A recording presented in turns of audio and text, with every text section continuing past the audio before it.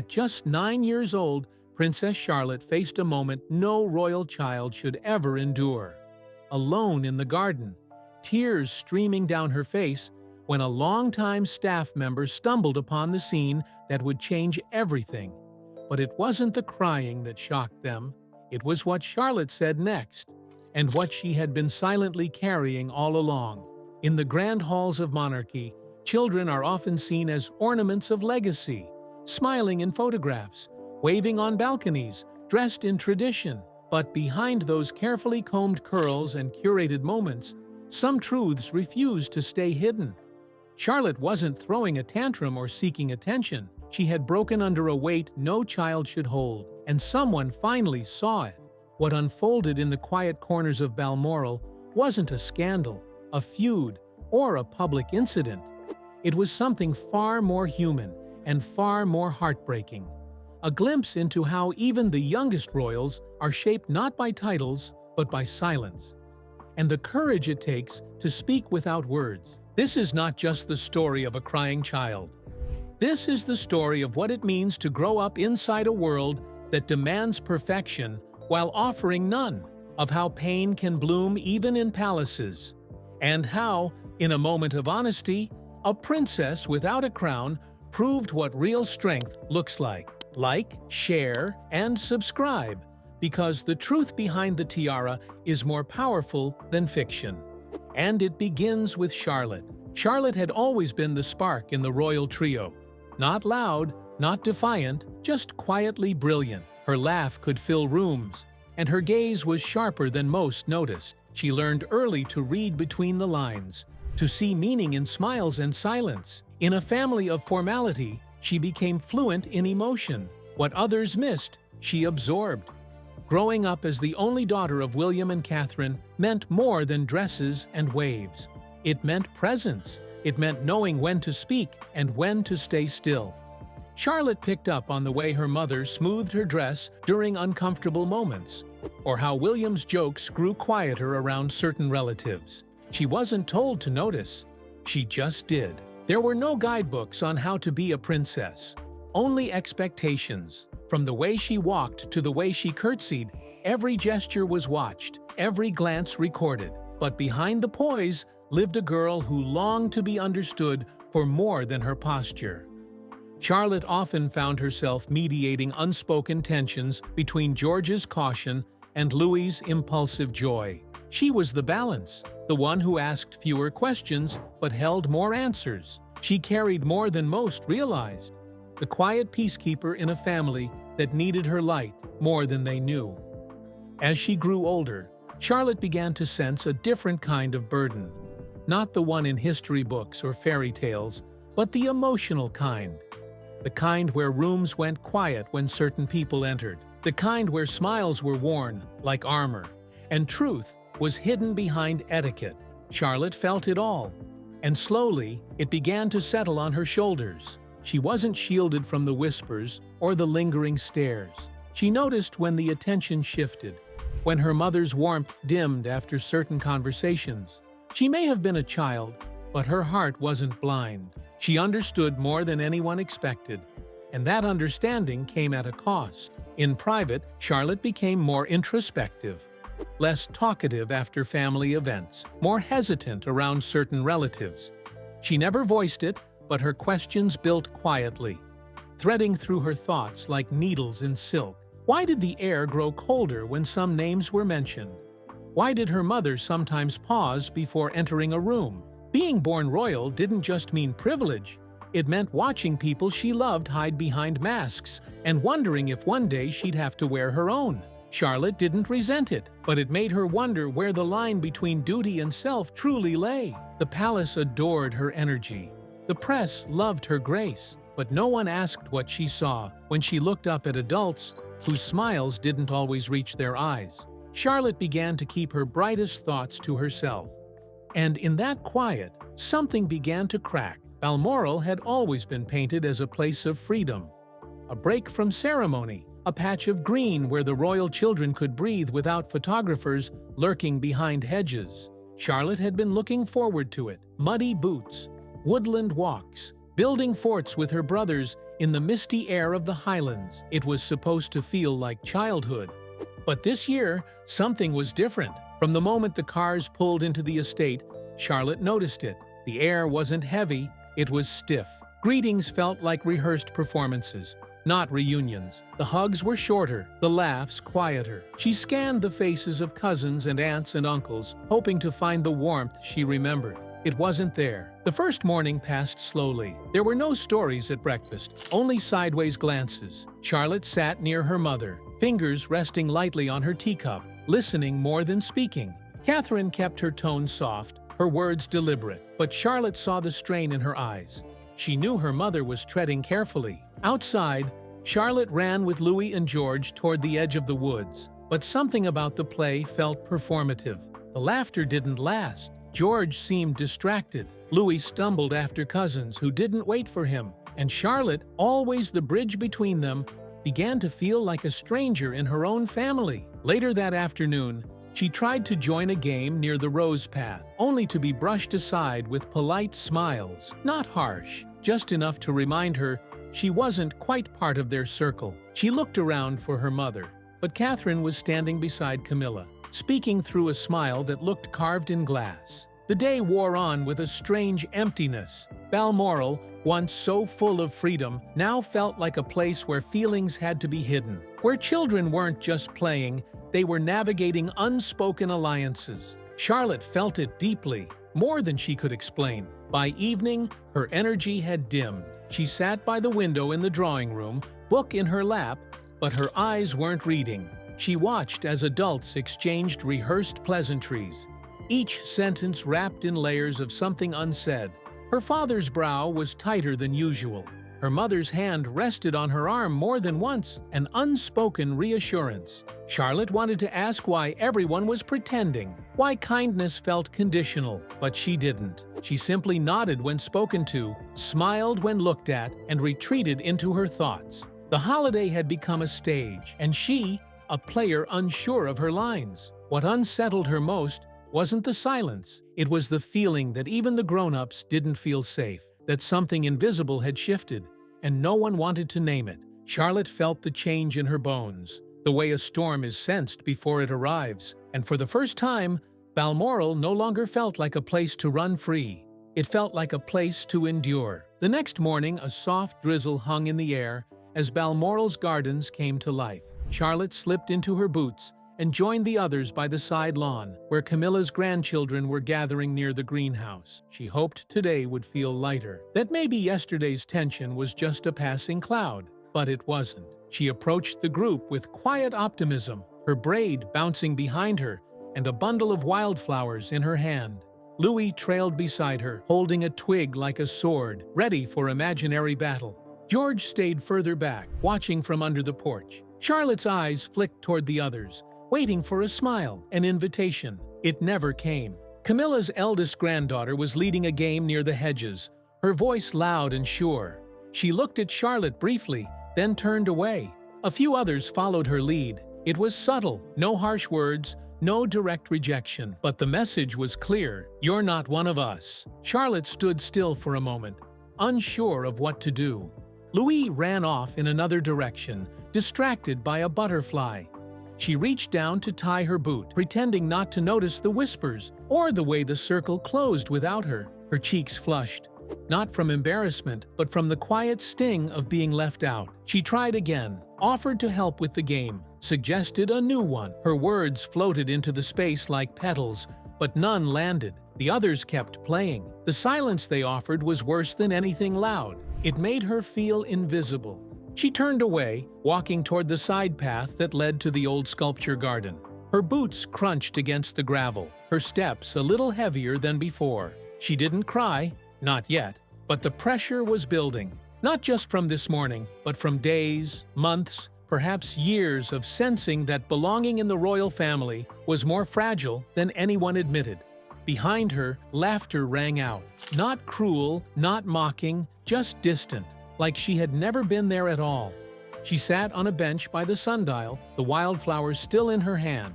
They were beginning to wilt, just a little. She traced her finger along the stone, trying to feel something solid, something that made sense. The exclusion wasn't new, but today it felt sharper, more deliberate, and it came with the realization that even as a princess, you could be made to feel small.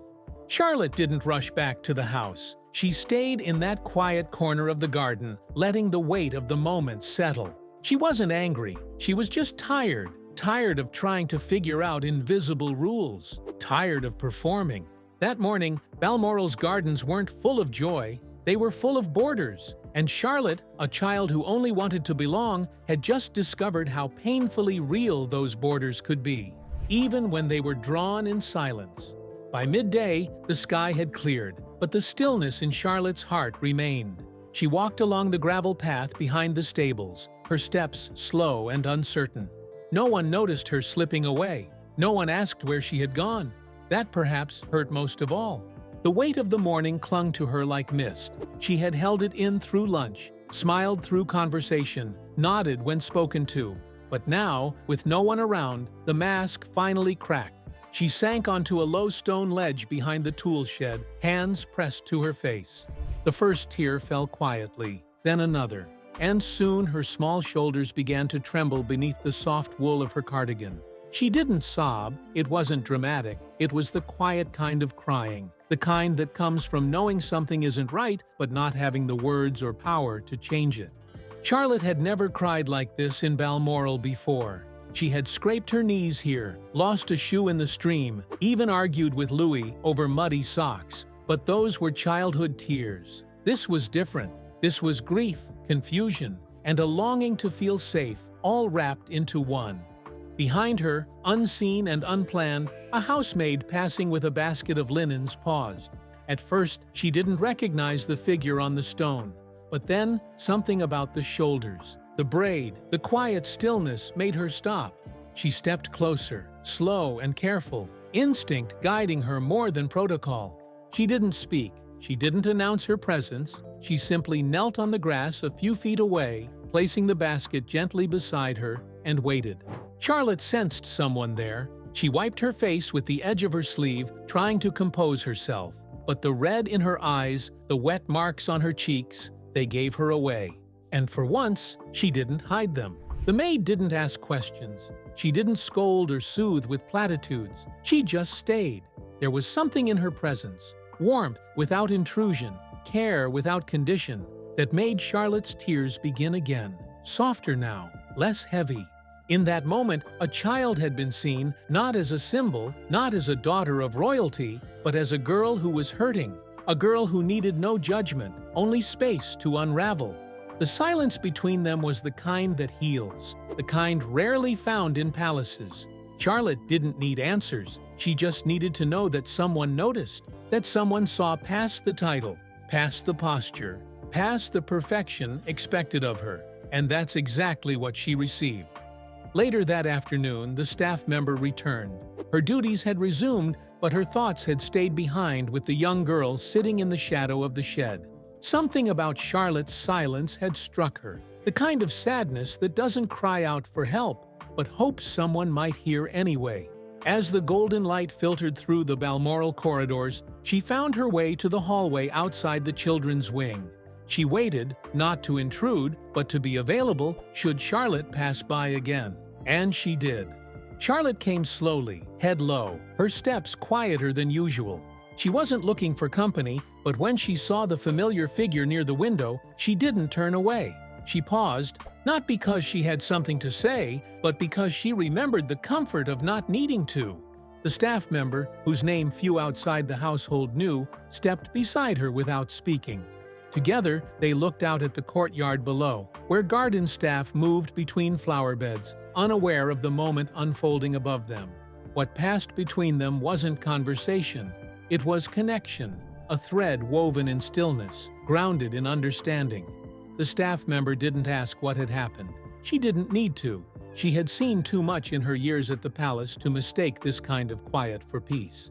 Instead, she offered something rare in royal life: safety without expectation, a presence without performance. Charlotte leaned slightly toward her. Not a hug, not a cry, just a soft shift, a signal that she welcomed the nearness. And for the first time that day, her breathing began to slow. Sometimes it's not what you say to a child that matters. It's what you allow them to feel without fear.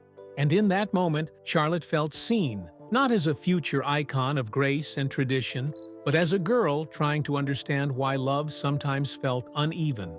The staff member had served under 3 royal generations. She had watched joy unfold in nurseries and heartbreak echo in empty wings. She had seen children become headlines before they became adults.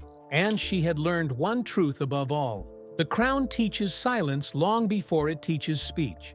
She looked at Charlotte and understood that the girl wasn't breaking. She was bending under the pressure of being brave too often. And that bend, if ignored, might one day snap. So she gave her time.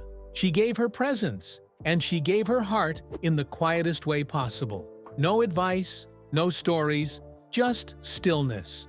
When Charlotte finally spoke, it was just one sentence, barely above a whisper. But it wasn't the words that mattered. It was the weight they carried and the unspoken need behind them. The staff member nodded, her eyes soft. And in that moment, a princess was not comforted by ceremony or corrected by rule. She was simply held, emotionally, silently, and fully. That kind of care doesn't make headlines, but it changes lives. The next morning, the estate was quiet. A soft fog hugged the hills as the staff moved about their duties. But for Charlotte, something had shifted. The tears had dried, but their reason hadn't disappeared.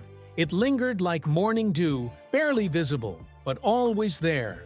She sat by the window in the east corridor, legs curled beneath her, watching the distant figures in the garden. She wasn't reading or drawing like usual. She was thinking, and for the first time in days, she wanted to talk. Not to her parents, not to her brothers, but to the woman who had said nothing, yet made her feel understood. When the staff member passed by again, Charlotte gently called out. There was no grand moment, no build-up, just a quiet voice breaking the pattern of silence. The woman paused and approached slowly, her steps careful, her expression open. Charlotte didn't look up at first. Her fingers traced the embroidered hem of her sleeve. When she spoke, her voice was even, calm, but filled with weight. She didn't ask questions. She told stories, little ones, moments that had built up over time. How she tried to fit in, how sometimes she felt like she had to earn space, even in her own family. How certain cousins laughed louder when she entered a room, but not in a way that made her want to join. She talked about watching her mother's face change after conversations with Camilla. How Catherine would retreat into herself for a few minutes, as if resetting. Charlotte noticed everything, and she remembered it all. Then came the most painful part. She said she felt invisible when people only saw her as the girl version of George. That no one really asked her what she liked, what she wanted, who she was trying to be. That sometimes, even at family meals, she felt like the background to someone else's story. The staff member listened. She didn't blink too often, didn't fidget. She let Charlotte speak until the words slowed, until the rhythm of confession turned into quiet again. Then she spoke, not with platitudes or reassurances, but with something far more valuable: truth. She told Charlotte that being born into royalty meant learning how to carry things others couldn't see. That pain in palaces often wore pearls and smiled in silence. That being observant wasn't a burden. It was a rare gift, one that allowed Charlotte to feel what others ignored. She told her that strength didn't always look like power. Sometimes it looked like tears. Sometimes it looked like the courage to speak without knowing if anyone would truly listen. Charlotte didn't cry this time, but her chest rose and fell with the kind of breath that comes after being heard. There, in that sun-drenched corridor, a child unburdened herself, not to the world, but to someone who finally understood the quiet language of sadness. And for the first time, Charlotte didn't feel like she was holding it all alone. Later that day, Charlotte sat beneath the large oak near the rear lawn. The wind tugged lightly at her hair, and the grass tickled her ankles. Louis and George were somewhere nearby, their voices floating in and out of hearing. But Charlotte stayed still. She had questions now, not childish ones, not the kind about ponies or desserts. These were questions wrapped in silence, ones she didn't yet know how to ask aloud, but which pulsed in her mind nonetheless. Why do grown-ups pretend everything is fine, even when it clearly isn't? Why does kindness disappear when certain people walk into a room? Why do some smiles feel more like warnings than welcomes? She traced circles in the dirt with a stick, her eyes fixed on nothing in particular. For all her poise, all her manners, she still didn't understand why being kind sometimes made her feel small, while being cold seemed to hold more power. Charlotte knew what it meant to be royal. She had been told in bedtime stories and family albums. She had practiced her wave and learned her curtsy. But no one had taught her how to protect her heart in a world that rewarded silence over honesty. She thought about the other children, how some had looked at her with narrowed eyes, how some laughter felt like secrets she wasn't part of. It wasn't outright cruelty, it was absence, a lack of inclusion dressed up in politeness. The worst part wasn't the exclusion, it was the self-doubt it planted. Was she not interesting enough? Not charming enough? Not royal enough? She didn't know, but she knew how it made her feel. Unsteady. She wasn't angry, she was curious. And that curiosity, once innocent, had taken on a new edge, one shaped by the quiet ache of not knowing where she belonged. Charlotte picked up a small stone, turned it in her hand, and set it down again. The questions didn't have answers yet, but she knew this. She would keep asking them, not to be difficult, but because something inside her told her the truth mattered, even if no one else was ready to hear it yet. The staff member found her again near the edge of the garden, where the roses climbed lazily up the stone archways. Charlotte didn't flinch this time. She looked up, offered a half smile, and made space beside her. They sat in silence, the wind brushing through the leaves. The kind of silence that comes after pain has been aired out, but not yet folded away. Charlotte spoke first. She asked the question she had been turning over in her mind since yesterday. Is it always like this? The staff member didn't rush her answer. She let the moment breathe before gently replying, not with certainty, but with care. She told Charlotte that palace walls were built as much for keeping people in as they were for keeping scrutiny out, that some wounds were passed down, dressed in etiquette, covered in jewels, and mistaken for tradition. She told her that she wasn't wrong to notice what others pretended not to see. She wasn't wrong to feel out of place when everyone else seemed to fit so well into the silence. She wasn't imagining the way some people's affection was conditional. She wasn't exaggerating the tension in a room. She was seeing the truth most adults had long trained themselves to ignore. Charlotte nodded, eyes fixed on the rose bush ahead. She didn't need to hear that things would magically change. She needed to know she wasn't alone in seeing what was broken. The staff member didn't promise fixes. She simply offered understanding, and sometimes that was enough. Before leaving, she turned to Charlotte and said one more thing, gently but firmly. You remind me of her. She didn't say the name. She didn't need to. Charlotte felt it. Diana, the quiet strength, compassion, the questions no one wanted asked. And in that moment, Charlotte didn't feel like a little girl anymore. She felt like someone walking a path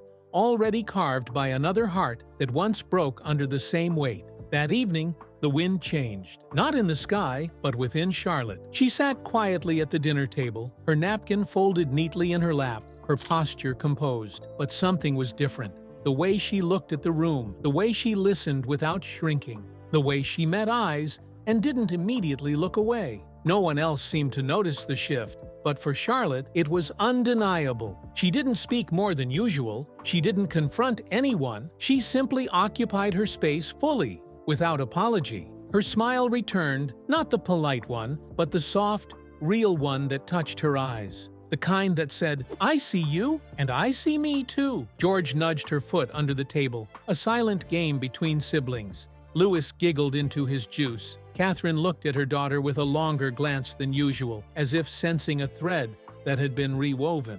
There was peace in Charlotte now, not because anything had been resolved, but because she had named what hurt and been heard. After dinner, she walked the halls alone for a while. The portraits of past royals watched her from above, faces frozen in legacy. Charlotte didn't feel pressure anymore when she looked at them. She felt curiosity. What had they felt? What had they carried? And who had seen them when they needed to be just children? She returned to her room and placed the wildflowers, now dry and curling, into a small drawer. Not because they were beautiful anymore, but because they meant something. They were a reminder that even quiet hurt deserved a plate. In the mirror, she saw her reflection and didn't fix her braid. She let it stay slightly undone. Charlotte had cried, she had questioned, and she had been comforted, not by speeches or rules, but by presence, by truth. That was her strength, not performance, not perfection, just presence. The final dinner at Balmoral was quieter than most. The long table, polished to perfection, reflected the candlelight in soft golden flickers. Conversation flowed, but without tension. There were no sharp smiles, no carefully veiled remarks, just the subtle calm of people tired of pretending. Charlotte sat between her brothers, her fork gently tapping the edge of her plate. She listened more than she spoke, but her eyes wandered, studying, absorbing, remembering.